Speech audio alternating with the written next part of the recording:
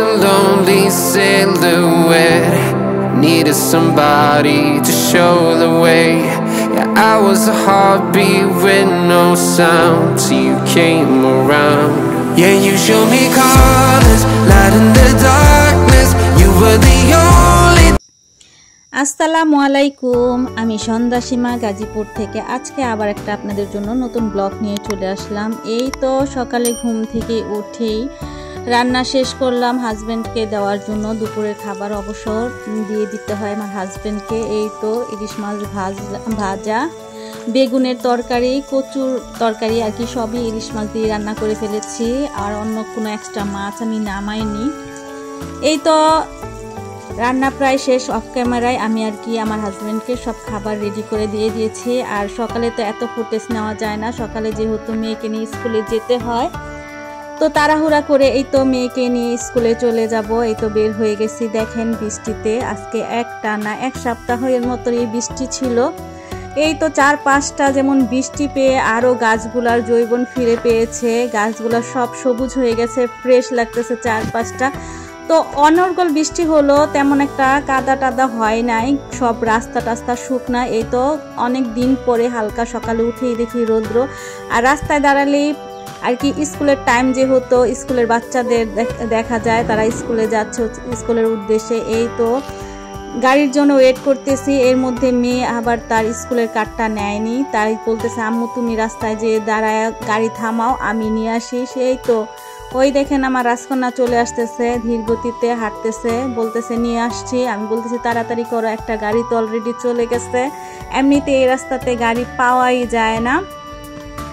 তো অনেকক্ষণ ওয়েট করার পরে এই তো একটা গাড়ি চলে আসছে। এই তো মেয়েকে নিয়ে এখন স্কুলের উদ্দেশ্যে চলে যাব। তো স্কুলে চলে যাচ্ছি এখন। স্কুলের 4-5টা এই তো একটু ফুটেজ তুলে নিলাম। এইটা আমাদের ঘাট পার বলে, এখানে বিকেল অনেক সুন্দর। এই তো আমরা স্কুলের কাছাকাছি, মেয়ে স্কুলের ভিতরে চলে গেছে, নিচে বসে থেকে ওয়েট করে। এই তো এখন আবার মেয়েকে নিয়ে বাসায় চলে যাব, যেহেতু আজকে রৌদ্র উঠেছে। রৌদ্র উঠলে বুঝিনি তো কাজের ধুম পড়ে যায়। এমনিতে এক সপ্তাহ অনেকগুলো আর কি কাপড় জমে ছিল, সেগুলো ধুয়ে দিয়েছি। এই তো মেয়েকে নিয়ে যাচ্ছি। মেয়ে আবার আর কি ওই ড্রাইভারের যে সিটটা থাকে ওই সিটে যে বসে আছে, বসে বলতেছে মা আমার একটু ফুটেজ নাও। সে আবার রাস্তায় যাকে দেখে তাকে একটু বাই বাই টাটা দেয়, কারণ একই রাস্তায়। এখন মেয়ে বলতেছে এই তো মা আম্মু কাশফুলের ফুটেজটা নাও। এই তো আমরা চলে আসলাম বাসায় এসে সকালে যত কাপড় ছিল সেগুলো আগে উঠিয়ে নিয়েছি। সকালে এক ধাপ কাপড় আর কি নেড়ে দিয়ে গেছি। এখন স্কুল থেকে এসে আবার সেই কাপড়গুলোই উঠিয়ে এখন যা ভিজা আরও কাপড় ছিল সেগুলো আবার নেড়ে দিচ্ছি। আকাশটা প্রায় মেঘলা, কখন জানি আবার বৃষ্টি শুরু হয়ে যায়, তারপরও নেড়ে দিচ্ছি, কারণ এই বৃষ্টির সময় লুকোচুরি খেলতে হয় ওয়েদারের সাথে।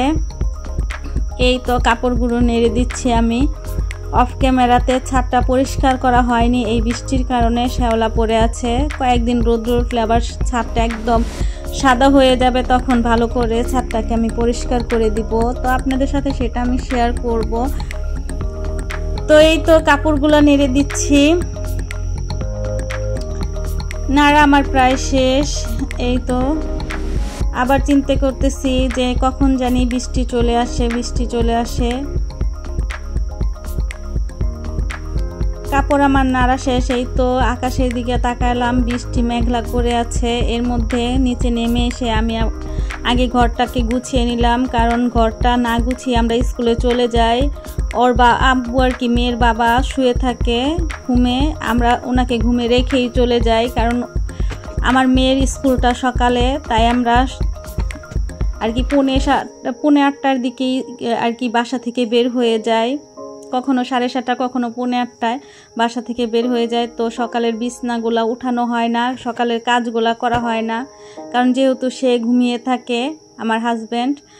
এই তো এর জন্য ছাদে কাপড় নেড়ে এসে এই তো বিছনাটা গুছিয়ে নিচ্ছি, বিছনাটা ভালো করে ঝেড়ে নেব।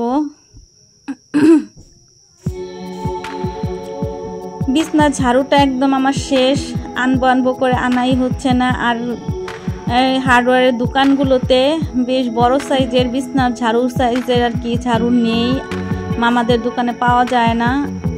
তো আরএফএলের যে ঝাড়ুগুলো ওগুলা দিয়ে তেমন একটা পরিষ্কার হয় না, কি নরম, অনেক নরম থাকে। তো ওইটাও একটা কিনবো, আবার একটা এই টাইপের সোলার ঝাড়ুগুলাই কিনবো। তো এই যে আমার বিছনাটা পুরো কমপ্লিট গোছানো হয়ে গেছে। এখন বিছনাটাকে ভালো করে ঝেড়ে নিব। তো আবার মেঘলা মেঘলা করছে, একবার রোদ্র উঠছে, একবার মেঘলা করছে, কখন জানি আবার বৃষ্টি নেমে পড়ে। তাই তাড়াহুড়া করে ঘরটা ঝাড়টার দিয়ে নিব। এই তো আমার বিছনা গোছানো শেষ, কমপ্লিট হয়ে গেছে। এখন আমি এই তো ড্রয়িং রুমে চলে এসেছি, সোফাগুলা ঝাড় দিচ্ছি। সোফাগুলাতে প্রতিদিনই আমি এইভাবে করে ঝেড়ে রাখি, কারণ ধুলাবালি কোথায় থেকে যে আসে বলতেই পারি না, এত ধুলাবালি, আল্লাহ কি অবস্থা ধুলাবালি। এখন ঝাড়লে 5 মিনিট পরেই ধুলাবালি এসে জমে যায়। সবগুলো ঝেড়ে নিচ্ছি হালকা পাতলা করে। এই তো ফার্নিচারগুলোও হালকা করে মুছে নিচ্ছি। মুছামুছি আমার প্রায় শেষ ড্রয়িং রুমের। এখন ডাইনিং টেবিলটাও মুছে নিব। ডাইনিং টেবিলটা রাতের বেলা খাবারের পরে আমি ডাইনিং টেবিলটা আমি গুছিয়ে রাখি, তারপরও এখন একটু ভালো করে মুছে নিচ্ছি ডাইনিং টেবিলটা।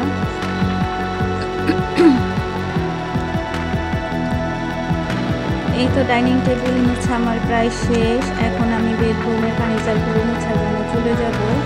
এই তো ওয়ার্ড্রপের উপরটা, এই তো ঘরটা অন্ধকার হয়ে গেছে, মেঘলা করে ফেলছে। এখনই আমার ছাদে চলে যেতে হবে কাপড় উঠানোর জন্য, কারণ কখন জানি মেঘগুলা মেঘ আর কি নেমে পড়ে, আর কি বৃষ্টিটা নেমে পড়ে। এই তো ফার্নিচারগুলো আমি ভালো করে মুছে নিচ্ছি, এখন ঘরটা ঝাড় দিব।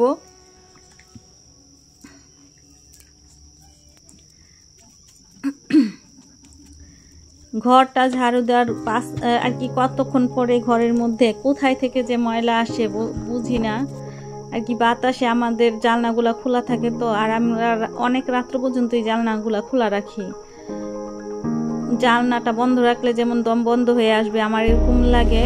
আর ওর আব্বু তো একদম দরজা জানলা রাত 2টাই হোক আর 3টাই হোক খোলা রেখে বসে থাকবে।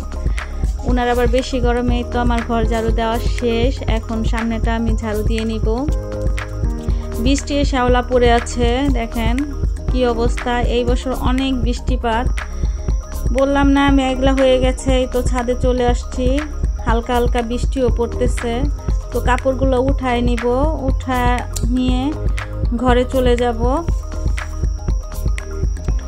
এই তো এর মধ্যে আবার একটা খালা চলে আসলো। খালাকে বলেছিলাম যে খালা ভাত খাবেন, উনি বলতেছে হ্যাঁ দাও মা। তো এর মধ্যে গল্প করতেছিলাম, তো যাক বলবে আবার আপনারা বলতে পারেন সোয়াব করেন আপু, না সোয়াব না, ওনার সাথে গল্প করতেছি। হঠাৎ ওনার ছবি আর কি ভিডিওটা উঠানো হয়েছে, তাই দিয়ে দিলাম, অ্যাড করে দিলাম।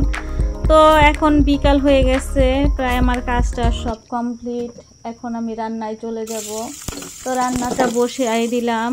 আর বৃষ্টির কারণে দেখি যখন বৃষ্টি নামতেছে, তখন আর চিন্তা করলাম যে হাঁসের মাংসটাই রান্না করি। তাই হাঁসটা নামিয়ে আমি অফ ক্যামেরায় কেটে টেটে সব রেডি করে ফেলছি। তো রান্নায় চলে গিয়ে এই যে পেঁয়াজগুলাকে ভালো করে ভেজে নিচ্ছি। পেঁয়াজ ভাজা আমার প্রায় শেষ। এই তো ব্রাউন ব্রাউন কালার হয়ে যাচ্ছে। ব্রাউন কালার যখনই হয়ে আসবে তখনই এটার মধ্যে ওই যে আমি হলুদ মরিচ পরে যত মশলা আদা রসুন বাটা সব একসাথে আমি মিক্সড করে রেখেছি, ওইটা আমি দিয়ে দিব। এই তো দেওয়া শেষ আমার। এটাতে হালকা একটু পানি আবার অ্যাড করে দিচ্ছি, মশলাটা যাতে ভালো করে কষায় নিতে পারি। দারচিনি এলাচ সব ময় মশলা অ্যাড করে দিচ্ছি।